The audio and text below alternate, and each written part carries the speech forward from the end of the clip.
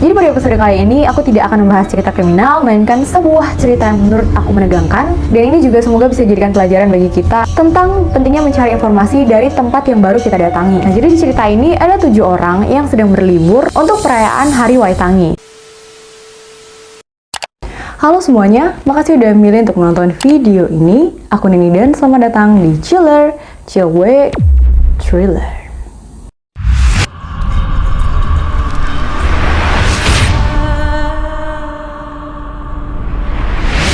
Apa kabar kawan-kawan? Semoga kalian sehat selalu. Di episode kali ini aku akan membahas tentang cerita yang terjadi pada tahun 2017 di New Zealand. Di mana ada sekelompok pemuda-pemudi yang pergi ke suatu tempat di New Zealand untuk merayakan Hari Waitangi. Akan tetapi semua kesenangan itu berakhir dengan sebuah bencana. Seperti apa kisah lengkapnya? Tanpa babi bu, ini dia The Story.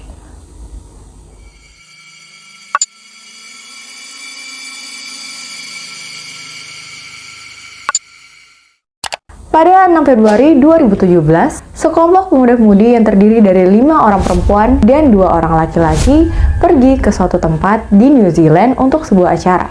Pada awalnya, yang berniat untuk pergi menghadiri sebuah acara di tempat itu adalah 4 orang perempuan yang berkuliah di Auckland University of Technology di Auckland, Selandia Baru. 4 perempuan ini adalah Rachel, Maddie, Gemma, dan Michaela. Gemma membawa lagi seorang saudara perempuan bernama Alice, jadi mereka semua ada 5 perempuan. Sementara Maddie membawa seorang temannya yang merupakan seorang petugas polisi bernama Sam. Dan Sam membawa temannya yang juga seorang petugas polisi bernama Rhys. Nah, jadi kelima orang perempuan dan 2 orang laki-laki, 7 orang ini, mereka semua sepakat untuk pergi dari Auckland ke rumah keluarganya Maddie yang berada di daerah pedesaan di pinggiran Taupo, masih di New Zealand juga. Di sana, mereka ini bertujuan untuk menghadiri sebuah konser yang diadakan di sebuah pulau bernama Konser Flosella. Di mana konser itu diadakan di atas danau dan orang-orang yang menghadiri konser itu akan berada di rakit mereka atau pelampung mereka. Setelah konser itu berakhir, ke-7 orang ini sepakat untuk mengadakan pesta kecil-kecilan, ya jelangkung dong. Nah, ketika konser Flosella ini berakhir, ke-7 orang ini sepakat untuk mengadakan pesta lagi di rumah Maddie, di mana mereka mengadakan pesta kecil, bersantai, ngobrol, ketawa-ketawa gitu aja. Dan pada malam hari tiba, mereka kemudian istirahat untuk menyiapkan energi, karena keesokan paginya mereka akan berangkat ke Auckland lagi. Jadi mereka liburnya cuma 1 hari, cuma sebentar. Pada keesokan paginya, mereka segera bangun untuk jam 9 segera berangkat ke Auckland. Alasan kenapa mereka terburu-buru untuk ke Auckland, karena hari libur mereka ini adalah hari libur nasional Waitangi, yang juga merupakan hari memperingati penandatanganan awal perjanjian Waitangi yang dianggap sebagai dokumen pendirian negara.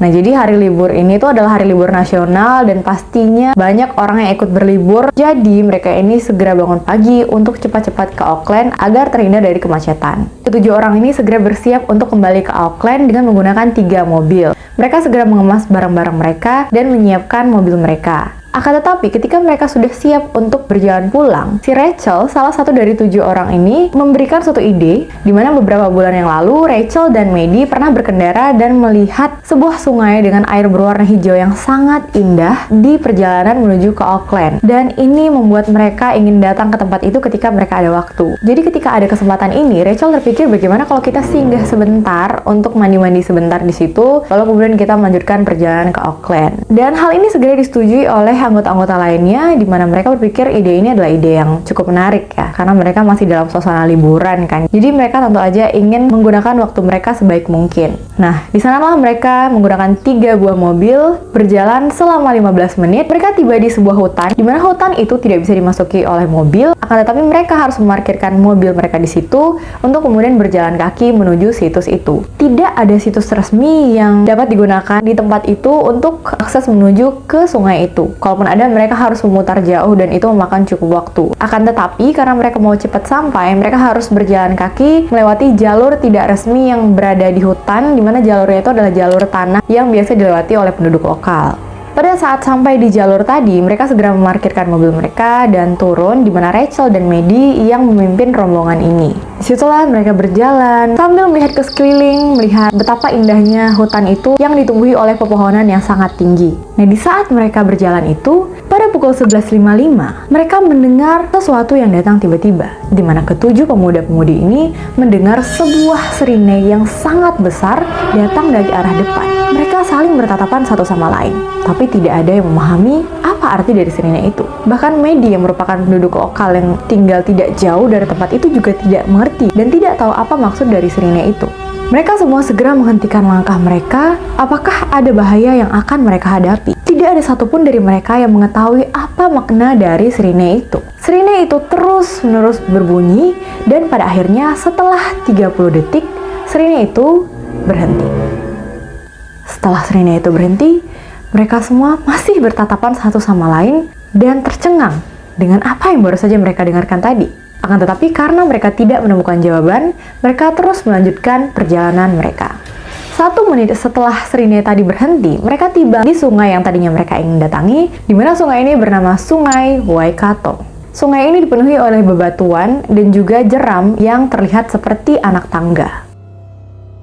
Mereka semua kemudian bergegas untuk mengganti pakaian mereka ke pakaian renang. Dan satu persatu dari mereka mulai turun ke sungai itu menggunakan beberapa tali yang disediakan untuk membantu orang turun ke sungai itu. Jadi ada tali-tali di situ. Tidak berapa lama mereka semua mulai berada di sungai itu. Sesaat kemudian mereka telah berada di pusat sungai atau kolam itu, di mana ada 2 batu besar yang menjorok keluar. Rachel dan keempat perempuan lainnya berada di sebuah batu besar, dan 2 orang laki-laki yang ada di rombongan itu berdiri di batu lainnya.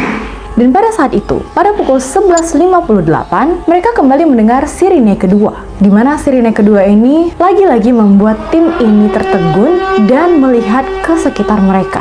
Akan tetapi, 30 detik kemudian, sirine itu kembali berhenti tanpa ada apapun yang terjadi. Pada waktu itu mereka segera kembali ke aktivitas mereka. Bahkan Rachel mulai mengambil handphonenya serta berfoto-foto dengan menggunakan tongsis. Dan 2 menit kemudian, pada pukul 12 siang, sirine ketiga kembali berbunyi. Sirine yang ini sama dengan sirine kedua, di mana bunyinya sangat besar, menggelegar dan melengking hingga menusuk ke telinga mereka. Namun, karena ini adalah sirine yang ketiga, dan mereka telah sebelumnya mendengar 2 sirine lainnya, rombongan ini tidak lagi terkejut, mereka tidak lagi panik, mereka tidak lagi khawatir, karena mereka telah sebelumnya mendengar 2 sirine lainnya kan. Jadi mereka kayak biasa aja, mungkin emang di tempat ini tuh sirine-sirine kayak gitu biasa, pikir mereka kayak gitu. Akan tetapi, setelah sirine ketiga ini berhenti, sesuatu yang besar terjadi.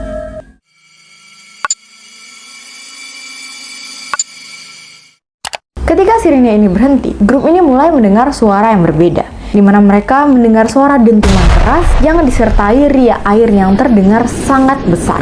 Dan ternyata suara itu adalah suara yang berasal dari sebuah dam ataupun bendungan yang dibuka, dan kemudian air dari bendungan itu mengalir tepat di kolam di mana mereka berada, di Sungai Waikato itu.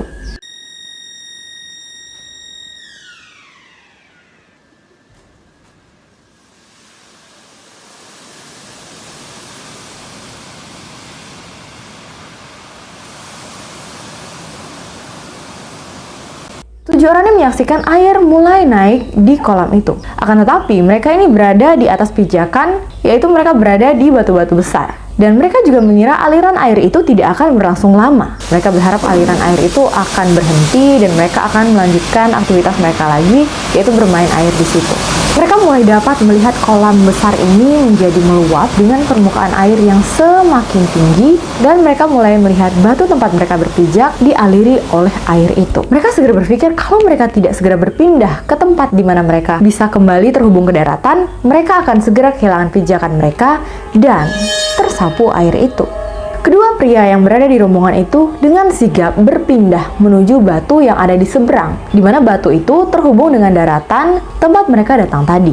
Mereka kemudian segera berbalik badan menuju ke arah 5 wanita yang berada di seberang mereka itu. 5 wanita ini masih berada di tempat mereka dan tidak berani bergerak. Kedua pria ini berteriak-teriak meminta agar 5 wanita itu menyeberang dan menjulurkan tangan mereka untuk menyambut 5 wanita itu. Akan tetapi kelima wanita ini dipenuhi dengan rasa takut karena mereka melihat aliran air yang tadinya datang perlahan mulai menjadi kencang dan semakin kencang, sehingga jika mereka berenang pun ke arah pria-pria itu, mereka yakin mereka pasti akan tersapu ke hilir.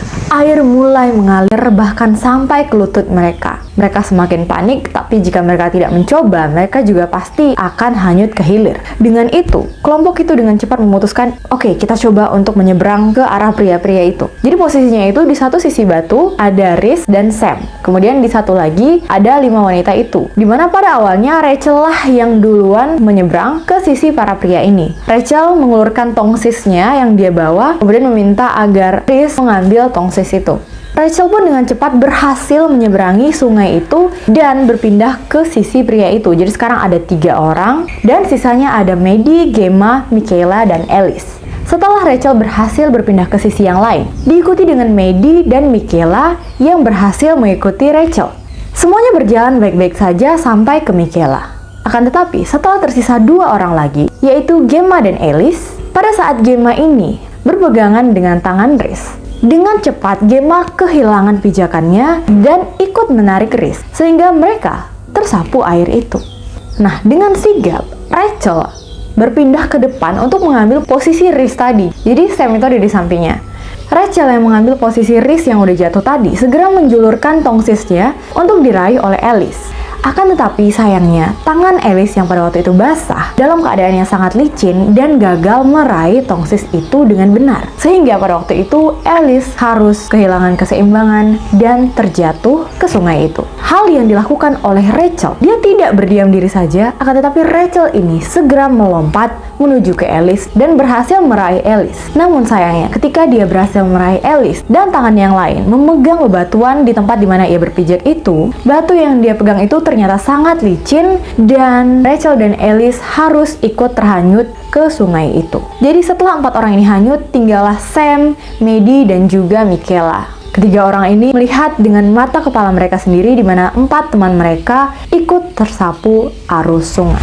Mereka segera berlari dan meminta pertolongan, dan dalam waktu yang sangat singkat segera dilakukan evakuasi terhadap keempat orang ini. Dan 3 dari mereka berhasil selamat, akan tetapi sayangnya 1 orang harus kehilangan nyawanya. Dan orang itu adalah Rachel De Jong. Orang yang memberikan ide untuk pergi ke tempat itu, dan orang yang sama yang menaruh dirinya di kondisi yang berbahaya serta mengorbankan keselamatannya demi menolong temannya.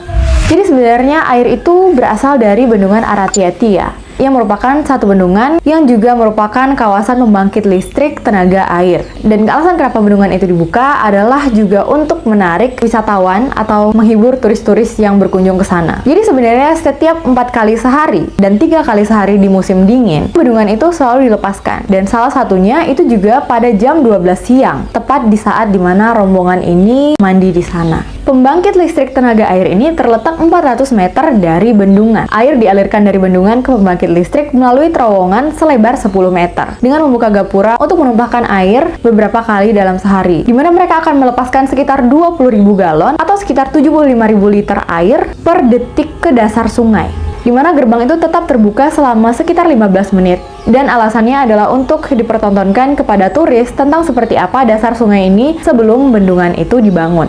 Dan apa yang sebenarnya terjadi dengan 7 orang ini? Kenapa mereka bisa datang ke tempat itu tanpa mengetahui kalau tempat itu adalah tempat yang berbahaya? Jadi tempat itu sebenarnya adalah tempat yang dilarang untuk berenang, bukan karena kolam itu sendiri, akan tetapi karena posisi kolam itu berada di tempat sapuan air dari bendungan Aratiatia tadi. Dan kenapa tempat yang sangat berbahaya ini tidak dipasangi tanda apapun? Jadi sebenarnya ada tanda, akan tetapi tanda peringatan itu dicuri oleh orang yang tidak bertanggung jawab, nggak tahu buat apa, 2 minggu sebelum kejadian Rachel ini. Dan sayangnya pengurus dari bendungan Aratiatia atau Sungai Waikato itu tidak tidak segera mengganti tanda yang hilang itu. Mungkin karena kayak semua orang tahu kok di situ bahaya, akan tetapi nggak tahu kan kalau seandainya ada turis atau ada orang yang berkunjung ke tempat itu, mereka tidak tahu kalau tempat itu berbahaya. Dan sebenarnya tempat itu tentu aja bukan tempat yang aman untuk dijadikan tempat pemandian. Dan setelah kejadian itu, tali-tali yang berada di situ segera diputus dan tempat itu segera dipenuhi dengan pagar-pagar besi serta dipasangi tanda-tanda peringatan yang baru. Nah, bisa kalian lihat di gambar ini, jadi posisinya adalah dam itu di sebelah sini dan sungai Waikato itu di sini. Nah, lalu Rachel De Jong berjalan melewati area ini. Sementara kita lihat ini ada warning signs di tempat yang tidak dilalui oleh grupnya Rachel ini. Nah, di sini adalah tempat yang seharusnya ada warning signs, tapi dicuri oleh seseorang yang nggak tahu buat apa, orang yang tidak bertanggung jawab. Dan air dari dam Aratia-tia ini mengalir melewati posisi di mana grup dari Rachel ini berada. Dan sekarang telah dipasang dua tanda peringatan yang baru di tempat ini dan juga tempat ini di sini. Dan meskipun Rachel telah mengalami kejadian itu, masih banyak turis-turis yang mencoba menyelinap masuk ke tempat itu dan berenang, bahkan sampai saat ini. Dan itulah akhir dari cerita ini. Menurut aku, pelajaran yang bisa kita dapatkan dari sini adalah untuk mencoba bertanya kepada penduduk sekitar, karena pasti ada penduduk lokal yang tinggal di sana tentang tempat yang ingin kita datangi ini. Karena mungkin kecil kemungkinan untuk terjadi hal-hal seperti ini, akan tetapi bisa jadi hal-hal yang di luar nalar kita atau di luar prediksi kita, bisa jadi itu ada. Dan apabila kita mendatangi tempat baru, buat kalian yang bentar lagi mau KKN mungkin atau pergi liburan, usahakan untuk basa-basi ke penduduk lokal untuk bertanya apakah tempat yang akan kita datangi ini aman, atau apakah ada kebiasaan-kebiasaan khusus dari tempat itu atau orang-orang di sekitar situ. Dan mungkin sedikit basa-basi dapat menyelamatkan kita.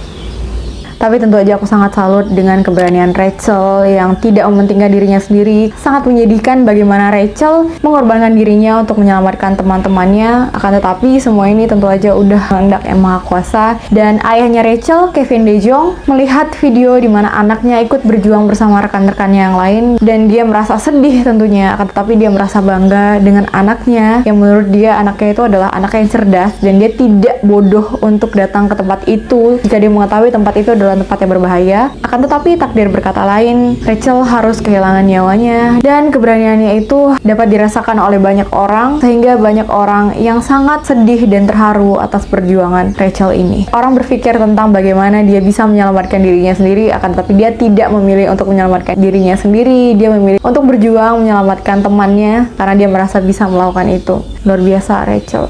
Rest in peace Rachel De Jong. Segitu dulu video ini, jangan lupa like, subscribe, please subscribe.